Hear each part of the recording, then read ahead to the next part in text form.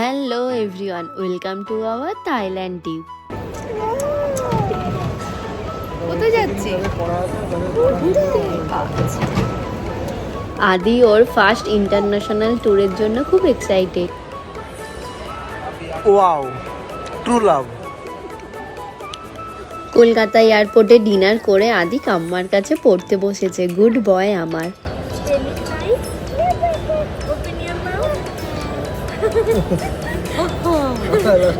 রাত 12:30তেও আদির energy high. Second international trip থাইল্যান্ডে যাওয়ার জন্য আমি খুব এক্সাইটেড। প্লেন থেকে রাতের কলকাতা শহরকে দেখতে খুব ভালো লাগছে। 2.5 আওয়ারের জার্নির পর আমরা ব্যাংকক এয়ারপোর্টে ল্যান্ড করলাম।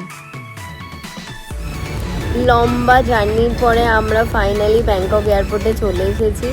এখন আপাতত ইমিগ্রেশন ডান। আমরা ওয়েট করছি আমাদের নেক্সট ফ্লাইটের জন্য, ক্র্যাবি যাওয়ার জন্য। এখন 5:30 বাজে। এখন লম্বা ওয়েটিং আমাদের। আদিও আমাদের সাথে ওয়েট করছে। এই যে,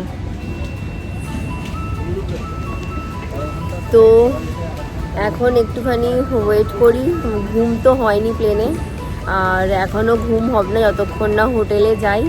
তো একটুখানি এয়ারপোর্টটাই একটুখানি এক্সপ্লোর করব, কারণ অনেকটা বড়, আমাদের কলকাতা এয়ারপোর্টের থেকেও বড় অনেকটা।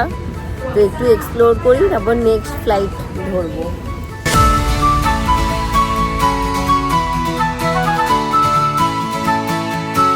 ভোরবেলাতেও আদি আর আদির বাবার এনার্জি হাই। দুজনে খেলা করছে এয়ারপোর্টে।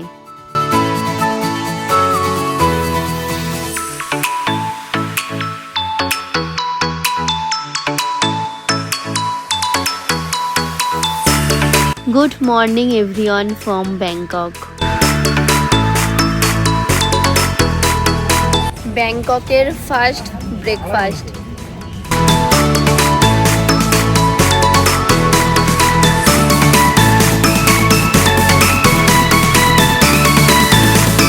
ক্র্যাবি যাওয়ার জন্য আমাদের ফ্লাইট দাঁড়িয়ে আছে, তার সাথে আমরাও ফ্লাইটে ওঠার জন্য লম্বা লাইন দিয়ে দাঁড়িয়ে আছি।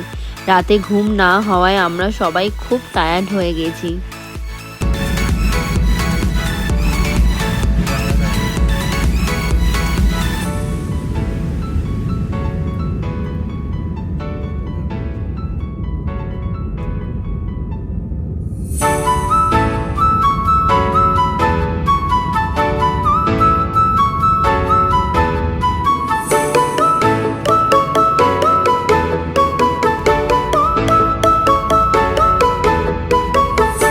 ওয়ান অ্যান্ড হাফ আওয়ারের জার্নির পর আমরা ক্র্যাবিতে ল্যান্ড করি। ফাইনালি আমাদের ট্রিপ শুরু হচ্ছে। আদি আমার কোলে ঘুমিয়ে পড়েছে। লাগেজ নিয়ে কারে উঠি রিসর্টে যাওয়ার জন্য।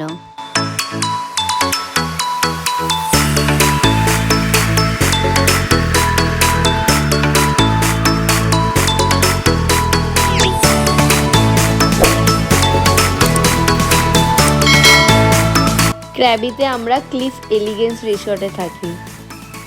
রিসর্টের পরিবেশটা খুব সুন্দর, আমার তো খুব পছন্দ হয়েছে। বিধ্বস্ত আমি ক্র্যাবির এই রিসর্টটা দেখে দিল গার্ডেন গার্ডেন হয়ে গেছে। Just wow.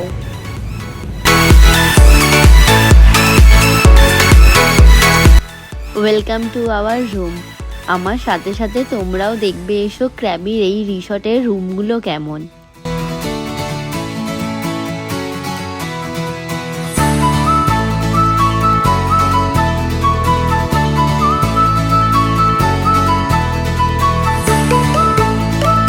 রুম থেকে বেরোলেই ভিউটা জাস্ট অসাধারণ।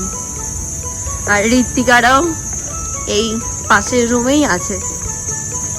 এই যে ঋত্বিকাদের আর আমাদের রুম পাশাপাশি।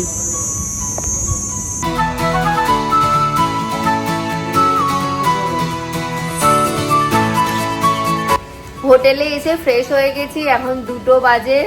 এবার লাঞ্চে যাব, কিন্তু এখন বাইরে বৃষ্টি হচ্ছে, পুরো ঝমঝম করে বৃষ্টি হচ্ছে। মেঘলা ছিল, এখন তাও একটু রোদ্দুর হয়েছে। তোমরা কতটা বুঝতে পারছো জানি না। বৃষ্টিটা থামলে তারপর আমরা হচ্ছে যে কি লাঞ্চে যাব, ততক্ষণ ওয়েট। আর বিশাল জোর খিদে পেয়ে গেছে, তাও বৃষ্টির জন্য তো ওয়েট করতেই হবে একটু। আদিও রেডি খেতে যাওয়ার জন্য, শুধু ওয়েট করছে বৃষ্টি কখন থামবে।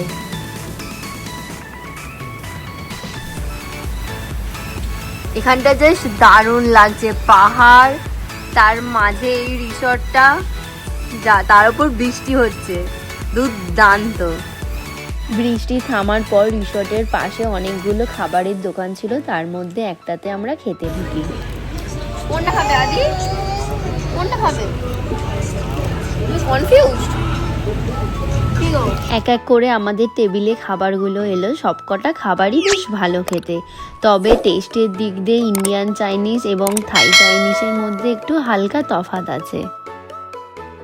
লাঞ্চ করে রেস্ট নিয়ে সন্ধ্যায় আমরা ক্র্যাবির লোকাল স্ট্রিটে ঘুরতে বেরিয়েছি। গোয়া গোয়া ফিল হচ্ছে পুরো।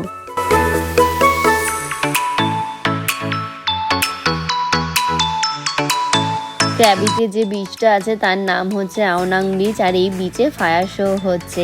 কিছুক্ষণ ফায়ার শো দেখে আমরা ক্র্যাবিটা এক্সপ্লোর করার জন্য হেঁটে হেঁটে বিচের ধার বরাবর এগিয়ে যাই।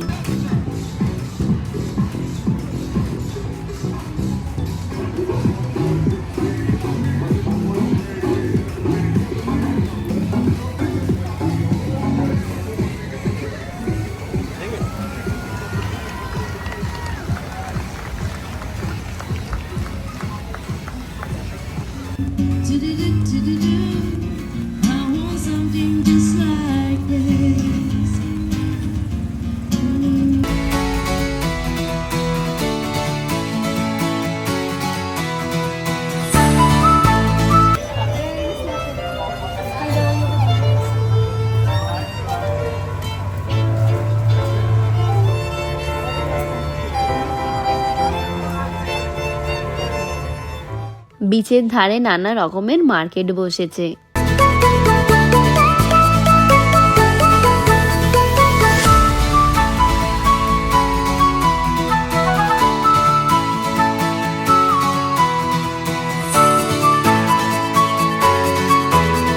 কিছুটা হাঁটাহাঁটি করে স্ন্যাক্স খাওয়ার জন্য আমরা এখানকার রেস্টুরেন্টে ঢুকি।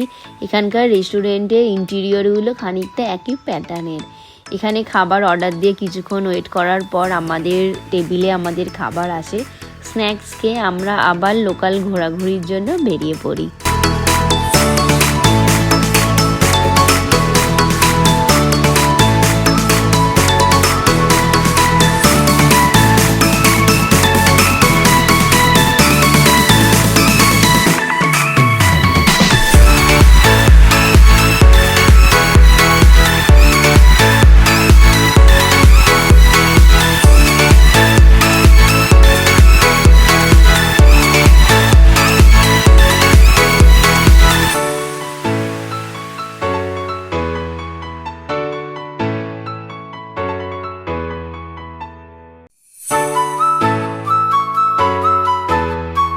It's dinner time. আমরা ক্র্যাবির লোকাল খাবার অর্ডার দিই।